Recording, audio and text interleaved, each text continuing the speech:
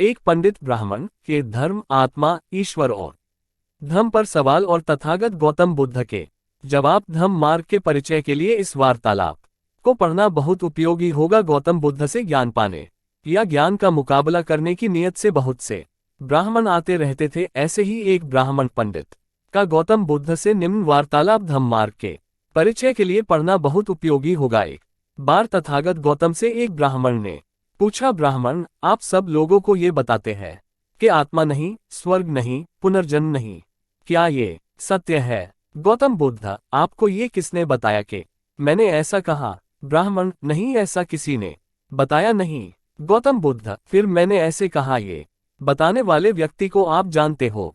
ब्राह्मण, नहीं। गौतम बुद्ध, मुझे ऐसा कहते हुए आपने कभी सुना है? ब्राह्मण, नहीं तथागत, पर लोगों की चर्चा सुन के ऐसा लगा। अगर ऐसा नहीं है तो आप क्या कहते हैं?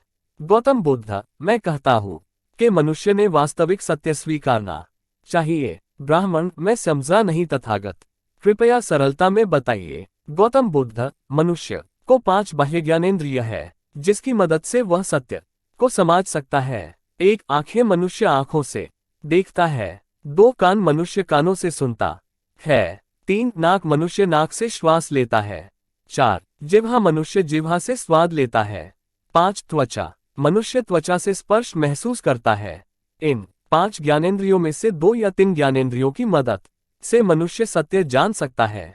ब्राह्मण, कैसे तथागत? गौतम बुद्ध, आंखों से पानी देख सकते हैं, पर वह ठंडा है या गर्म है ये जानने के लिए त्वचा की मदद लेनी पड़ती है। वह मीठा है या नमकीन ये जानने के लिए जिह्वा की मदद लेनी पड़ती है। ब्राह्मण, फिर भगवान है या नहीं, इस सत्य को कैसे जानेंगे तथागत? गौतम बुद्ध, आप वायु को देख सकते हैं। ब्राह्मण, नहीं तथागत।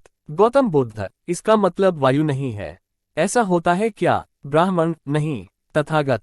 गौतम बुद्ध, वायु दिखती नहीं, फिर भी हम उसका अस्तित्व नकार नहीं सकते, क्योंकि हम वायु को ही हम सांस के द्वारा अंदर लेते हैं और बाहर निकलते हैं। जब वायु का झोंका आता है तब पेड़ पत्ते हिलते हैं, ये हम देखते हैं और महसूस करते हैं। अब आप बताओ, भगवान हमें 5 ज्ञानेंद्रियों से महसूस होता है? ब्राह्मण, नहीं तथागत। गौतम बुद्ध, आपके माता पिता ने देखा है, ऐसे उन्होंने आपको बताया है? ब्राह्मण, नहीं तथागत। गौतम बुद्ध, फिर परिवार के किसी पूर्वज ने देखा है, ऐसा आपने सुना है? ब्राह्मण, नहीं तथागत। गौतम बुद्ध, मैं यही कहता हूँ कि जिसे आज तक किसी ने देखा नहीं, जिसे हमारी ज्ञानेंद्रियों से जान नहीं सकते, वह सत्य नहीं है, इसलिए उसके बारे में सोचना व्यर्थ है। ब्राह्मण, वह ठीक है तथागत, पर हम जिंदा है, इसका मतलब हमारे अंदर आत्मा है, ये आप मानते हैं या नहीं? गौतम बुद्ध, मुझे बताइए, मनुष्य मरता है मतलब क्या होता है? ब्राह्मण, आत्मा शरीर के बाहर निकल जाती है तब मनुष्य मर जाता है। गौतम बुद्ध, मतलब आत्मा नहीं मरती है? ब्राह्मण, नहीं तथागत, आत्मा अमर है। गौतम बुद्ध, आप कहते हैं आत्मा कभी मरती नहीं, आत्मा अमर है, तो ये बताइए, आत्मा शरीर छोड़ती है या शरीर आत्मा को? ब्राह्मण, आत्मा शरीर को छोड़ती है। तथागत, गौतम बुद्ध, आत्मा शरीर क्यों छोड़ती है? ब्राह्मण, जीवन खत्म होने के बाद छोड़ती है। गौतम बुद्ध, अगर ऐसा है तो मनुष्य कभी मरना नहीं चाहिए। दुर्घटना, बीमारी, घाव लगने के बाद भी बिना उपचार के जीना चाहिए। बिना आत्मा के मर्जी के मनुष्य नहीं मर सकता। ब्राह्मण, आप सही कह रहे हैं तथागत, पर मनुष्य में प्राण है, उसे आप क्या कहेंगे? गौतम बुद्ध, आप दीपक जलाते हैं? ब्राह्मण, हाँ तथागत। गौतम बुद्ध, दीपक यानी एक छोटा दिया, उसमें तेल, तेल में बाती और उसे जलाने के लिए अग्नि चाहिए, बराबर। ब्राह्मण, हाँ तथागत। गौतम बुद्ध, फिर मुझे बताइए, बाती कब बुझती है? ब्राह्मण, तेल खत्म होने के बाद दीपक बुझता है तथागत। गौतम बुद्ध, और ब्राह्मण, तेल है पर बाती खत्म हो जाती है तब दीपक बुझता है तथागत। गौतम बुद्ध, इसके साथ तेज वायु के प्रवाह से, बाती पर पानी डालने से या दिया टूट जाने पर भी दीपक बुझ सकता है। अब मनुष्य शरीर भी एक दीपक समझ लेते हैं और प्राण मतलब अग्नि यानी ऊर्जा। सजीवों का देह 4 तत्वों से बना है। 1 पृथ्वी घनरूप पदार्थ यानी मिट्टी। 2 आप द्रवरूप पदार्थ यानी पानी, स्निग्ध वायु, अनेक प्रकार की हवा का मिश्रण। 4 तेज ऊर्जा, ताप, उष्णता, इसमें से 1 पदार्थ अलग कर देंगे, ऊर्जा और ताप का निर्माण होना रुक जाएगा, मनुष्य निष्क्रिय हो जाएगा। इसे ही मनुष्य की मृत्यु कहा जाता है। इसलिए आत्मा भी भगवान की तरह अस्तित्वहीन है।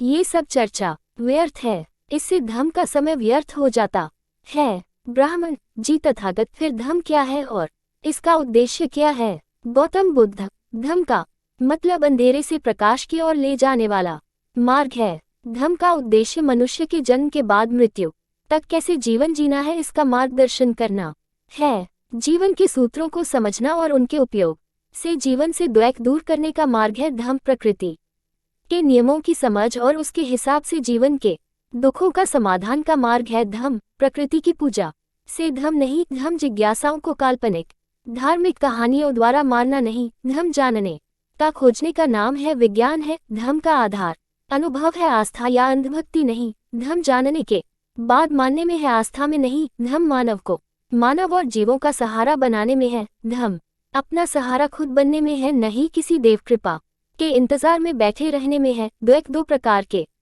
होते हैं, एक प्राकृतिक, दूसरा मानव निर्मित। प्राकृतिक द्वैत का इलाज तो आपके तथाकथित ईश्वर के पास भी नहीं, वो भी रोकने में असमर्थ है। तो फिर ईश्वर भक्ति क्यों?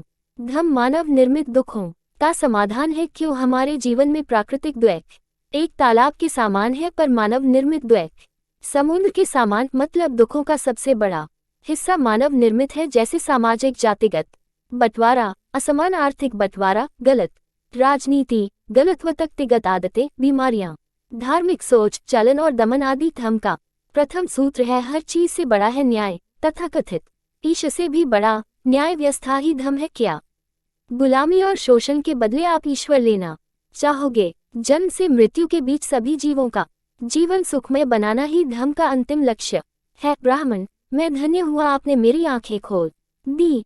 आपसे बात करके मेरा धार्मिक ज्ञान का, श्रेष्ठता का अहंकार जाने कहाँ गायब हो गया। बड़ा मुक्त और हल्का महसूस कर रहा हूँ। अपना पर्या का भ्रम दूर हुआ, सब आपने से लगने लगे। आपसे ज्ञान पा मेरा जीवन धन्य हुआ।